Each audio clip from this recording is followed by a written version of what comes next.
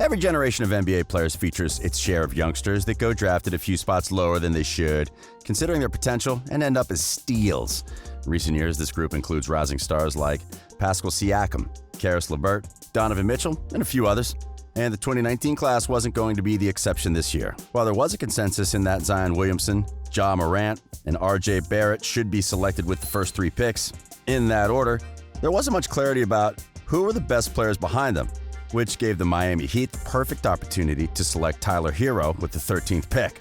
Now, 15 months later, the young guard is making Pat Riley's team look very clever by having one of the most solid playoff performances ever seen by a rookie, while also helping take the Heat to its most successful postseason run since 2014. Welcome to Courtside. Today, we'll talk about how Herro has become a fundamental piece for Miami's system and how he could become a problem for the rest of the league in the years to come. In case you haven't been following him closely, Herro made a name for himself following his explosion in Game 4 of the conference finals against the Boston Celtics. However, the amazing shooting displays have been nothing new for the rookie. During his early years, the Milwaukee native showed a great scoring touch on a daily basis during his senior year at Whitnall High School by averaging 32.9 points per game while shooting 44% from three-point range and scoring over 2,000 points throughout his high school career. Still, one of the most interesting stories about him before playing in the league came after he decided to decommit from playing for the University of Wisconsin and instead became part of the University of Kentucky program to play under coach John Calipari. And though the local fans weren't happy with his decision, the move played for the best as he became the only player to start all games for the Wildcats during his lone college season and averaged 14 points, 4.5 rebounds, and 2.5 assists per game. Despite his solid numbers, he was projected as a mid-first-round selection at best by most mock drafts, and though it might be hard to believe, some scouts even thought of him as a second-round selection.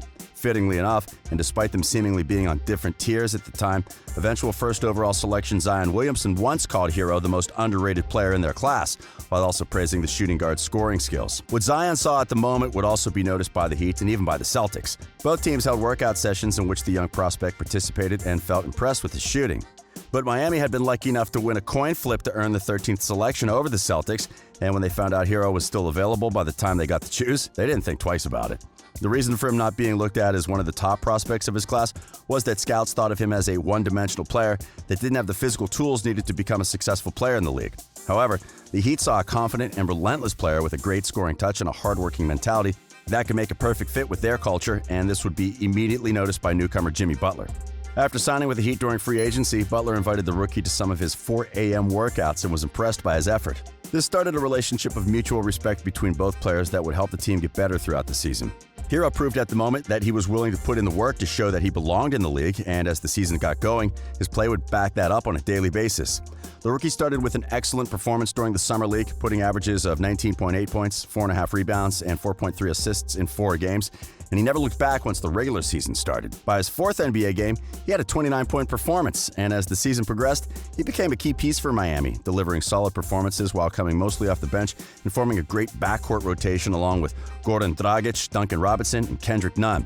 By the time the regular season was over, he finished with averages of 13.5 points, 4.1 rebounds, and 2.2 assists while shooting 43% from the field and 39% from three-point range, resulting in a selection to the all-rookie second team. By this point, it was clear what made Tyler a special talent.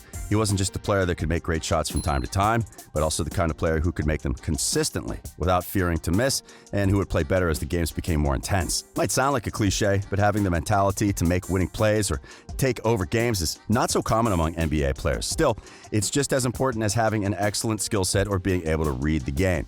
That is what separates good players from stars, and if not everyone was confident that Herro was that kind of player, his role during Miami's playoff run has served as proof that he is. If the Heat has been able to make getting wins in the playoffs seem like something easy to do, is because everyone, from the coach to the last of the players, has bought into the system and executed their roles almost to perfection on a daily basis. Aside from Butler and Bam Adebayo being the clear stars of the team, and Dragic regaining his all-star form, Herro's been scoring in double digits during all of their 14 games, and he's only been getting better as his team has continued winning. In their first-round match against the Indiana Pacers, the rookie averaged 16.5 points per game to help his team complete a 4-game sweep and advance to the conference semis. There, they met the favorite Milwaukee Bucks, but he was once again key for them as he made a three-pointer to secure a late Game 1 lead and followed that up by scoring 17 points in Game 2 to help his team take a commanding 2-0 series lead before they eventually closed the Bucks out in 5 games. The Heat wasn't even expected to make it this far, but they continued to prove that they didn't reach the conference finals by mistake. by putting on a great series against the Celtics so far, and Herro, once again, has been a big part of that success.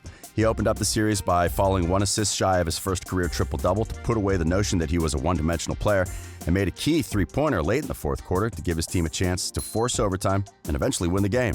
He followed that up with another complete effort in Game 2 and then a 22-point performance in Game 3 before the explosion that made him an overnight star. Miami rode Tyler's hot hand during Game 4 as he scored a career-high 37 points to help his team overcome a rough offensive performance during most of the game and push Boston's backs against the wall as they took a 3-1 series lead. His performance had some historical implications as he scored the 4th most points by a rookie during a playoff game and the 2nd most points by a 20-year-old player, only behind Lakers legend Magic Johnson. On the way, he also broke a couple of Dwayne Wade's Heat records, those of most points scored in a playoff game by a rookie and most consecutive playoff games scored in double digits, and the legend couldn't make anything but show his approval of the young guard's play. Through 14 playoff appearances, Herro has averaged 16.3 points, 5.5 rebounds, and 3.7 assists per game while shooting 45% from the field and 38% from the three-point range.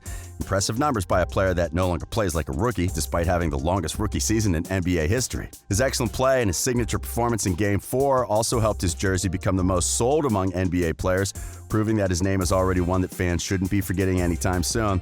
And while there are still some who are shocked by his play, his teammates will be the first to tell you that you shouldn't be. Butler, Dragic, and Adebayo were quick to mention that they weren't surprised by his scoring, given that they had been long aware of what the combo guard was capable of. As a matter of fact, Butler even went as far as to say that it was another day in the office for Herro.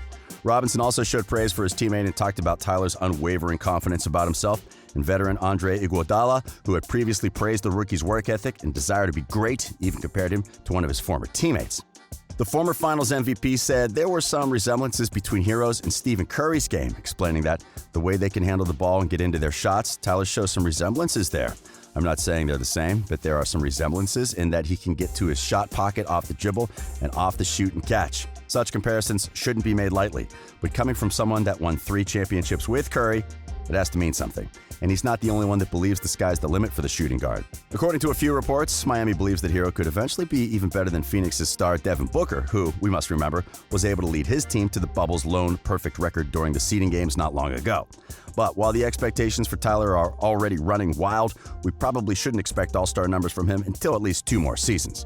Still, we think that those who expect great things from him will eventually be proven right. The combo guard has already displayed all the talent needed to succeed at the highest level of competition. The confidence in himself to take and make the big shots when it matters the most, and the commitment to keep making improvements in his game. While the season was suspended, he was able to find a gym to keep working on his game. His work ethic might only be matched by that of Butler's, and both players represent what the famous Heat culture is all about. In short, Tyler Herro might end up being one of the best players in the 2019 draft class in a few years.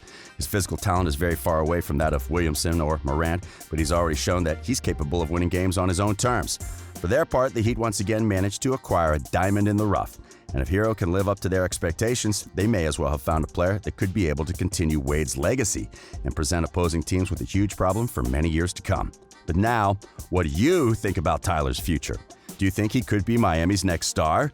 Let us know in the comments. We hope you've enjoyed today's video, and if you did, remember to like it and subscribe to our channel for more NBA content. We are Courtside.